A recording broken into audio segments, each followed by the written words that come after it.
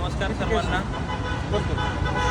सर्वांना. आज मुंबईला सारथी संस्थेच्या वतीने पुटअप केलेले फाईलचं स्टेटस बघण्यासाठी आम्ही सकाळी 1:30च्या सुमारास मुंबईमध्ये आलो. 2-2:30च्या दरम्यान मंत्रालयामध्ये आतमध्ये एंट्री झाली आणि आतमध्ये गेल्यानंतर प्लॅनिंग विभागाचे अपर सचिव वाघसाहेब यांची भेट घेतली आणि वाघसाहेब स्वतः देवरा साहेबांकडे आम्हाला घेऊन गेले आणि तिथे देवरा साहेबांसोबत जे की नियोजन विभागाचे प्रधान सचिव आहेत त्यांच्यासोबत चर्चा झाली. 23 तारखेला होणारी जी कॅबिनेट आहे त्याच्यामध्ये आपला सारथी संस्थेच्या PhD संशोधक विद्यार्थ्यांचा मुद्दा मांडला जाणार आहे. परंतु सर्वस्वी निर्णय हा CM आणि 2 DCM यांच्या हातामध्ये आहे. पार्टीप्रमाणे सारथी संस्थेच्या विद्यार्थ्यांना सुद्धा फेलोशिप द्यावी हा जो काही रास्त मुद्दा आपण सगळ्यांनी मांडलेला आहे तो तिथे मांडलेला आहे. परंतु यश अपयश आता 23 तारखेच्या कॅबिनेटमध्ये आपल्याला पाहायला मिळेल. आत्ताच शिवालय या ठिकाणी जाऊन योगेशजी केदार यांच्यासोबत मीटिंग घेतली आणि योगेशजी आत्ताच मुख्यमंत्री साहेबांकडे भेटायला गेलेले आहेत वर्षा बंगल्यावर. त्यांना आम्हीही विनंती केली होती की आमचं शिष्टमंडळ देखील आम्ही वर्षा बंगल्यावर, परंतु ते म्हणाले काही अडचण नाही, आम्ही स्वतः जातो आणि रिक्वेस्ट करतो. ते आता गेलेत. आता काय होईल माहीत नाही, पण आपण प्रयत्न करत राहतोय. अगदी शेवटाकडे आलोय. 23 तारखेची सगळ्यांनाच आतुरता आहे. आपण सगळेजण बघू. 23 तारखेला जर आपल्याला यश मिळालं तर आपण सर्वानुमते त्याचा जल्लोष करू. नाही मिळालं, काही अडचण त्याच्यामध्ये आली तर परत एकदा नव्याने आपण विद्यार्थी म्हणून आणि विद्यार्थ्यांची पावर एकत्र येऊन उभा करू, एवढंच वाटतं. धन्यवाद. आता पुण्याकडे निघतोय. येस निखिल सर, आपण आता पाहतोय की ही PhD सारथी संदर्भात फेलोशिप मिळावी म्हणून ही मुलं अगदी कंटिन्यू नाही का संशोधन सोडून अगदी PhDच्या फेलोशिपच्या पाठी लागलेले आहेत. कारण जर काही करायचं असेल तर त्याला पैसा हवा आणि सरकार देईल या अपेक्षेने आपण सध्या हा लढा उभारलेला आहे. तुम्ही सध्या जवळपास 1,500 संशोधकांचं PhD म्हणजे सर्वात अत्युत्तम जी वरची डिग्री आहे त्याचं सध्या तुम्ही नेतृत्व करत आहात. तुम्हाला काय सांगायचं की इतके दिवस झालं तुम्ही हा लढा लढला, सध्या तुम्ही 50% मिळवली आणि आता शेवटच्या अंतिम टप्प्यात आहे. तर आपले जे संशोधक बांधव आहेत जे आपल्याला प्रत्यक्षरित्या जे येऊ शकतात ते आणि नाही येऊ शकतात ते आर्थिक मदतसुद्धा करत आहेत. सो तुम्हाला त्यांना काय सांगावं असं वाटतं? तुमच्या या लढ्याला कशा प्रकारे यश येईल असं तुम्हाला काय वाटतं या संदर्भात?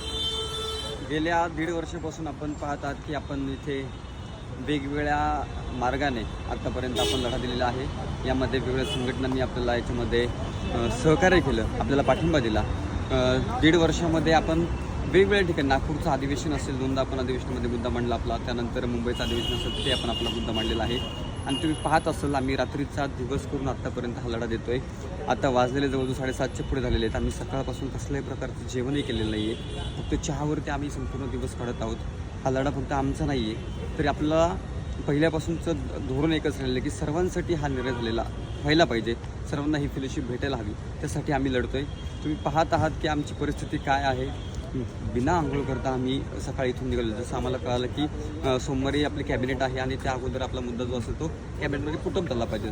तर त्याचाच फॉलोअप घेण्यासाठी आम्ही 3घे जण निघालो. इथे आलो, वेगवेगळ्या सचिवांच्या आम्ही गाठीभेटी घेतल्या, त्यांचा फॉलोअप घेतला.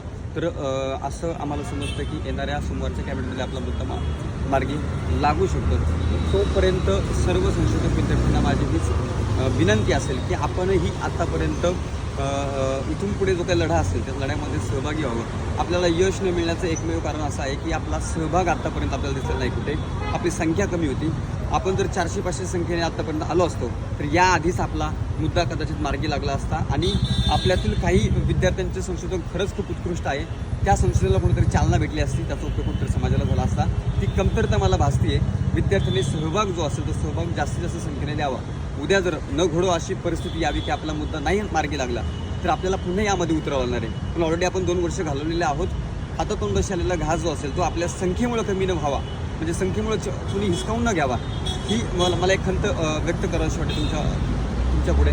म्हणून सर्व संशोधक विद्यार्थ्यांना माझं असं म्हणणं असेल की या विद्यार्थ्यांनो वेळ काढा, तुमच्या स्वतःच्या हक्कासाठी वेळ काढा, तुमच्या समाजासाठी तुम्ही वेळ काढा आणि निश्चित आपल्याला यश भेटेल, पण ते तेव्हाच भेटेल ज्यावेळेस तुम्ही मोठ्या संख्येने यामध्ये सहभागी व्हाल. धन्यवाद. यस निखिल सर, आता आपल्याकडे सचिव सर बोलत आहेत. सर, तुम्हाला काय वाटतं या लढ्याबद्दल किंवा तुमचा एक्सपिरियन्स काय आहे? गेली 12 दिवस झाले, आज 12वा दिवस होता. आम्ही लढतोय की पुण्याच्या सारथी ऑफिस येथे आमचं साखळी उपोषण चालू आहे गेल्या 12 दिवसापासून. आणि आज आम्ही मुंबई येथे मंत्रालयात काही सचिवांच्या गाठीभेटी घेतलेल्या आहेत.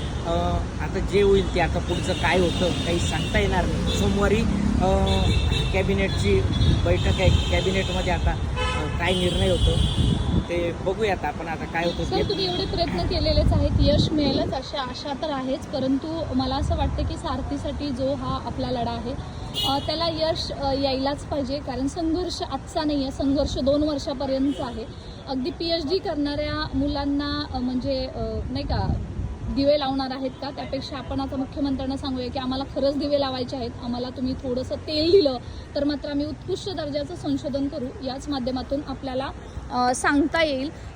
तर आपण पाहूयात की सध्या मंत्रालयामध्ये जवळपास 8च्या सुमारास हे सगळे संशोधक आज तो लढा आहे तो पुण्यातून ते लढत आहेत. सारथी कार्यालयाच्या समोर जवळपास 12 दिवस उपोषण चालू आहे आणि आता याची सांगता कॅबिनेट बैठक आहे सोमवारी, त्याच्यामध्ये होणार आहे. आमचा हा लढा आहे तो चालूच आहे आणि त्याला यश मिळेल अशी अपेक्षा आहे. परंतु सर्वांची जे येऊ शकतात त्यांनी याच, परंतु प्रत्यक्षरित्या तुमचा याच्यामध्ये सहभाग फार गरजेचा आहे, कारण ही हक्काची लढाई आहे आणि संशोधनाच्या हक्काची लढाई आहे. सो याबद्दलचे अपडेट्स आपण देतच राहू. तोपर्यंत असं तुमचं सहकार्य राहू द्या. धन्यवाद. नक्कीच मॅडम, धन्यवाद, थँक्यू.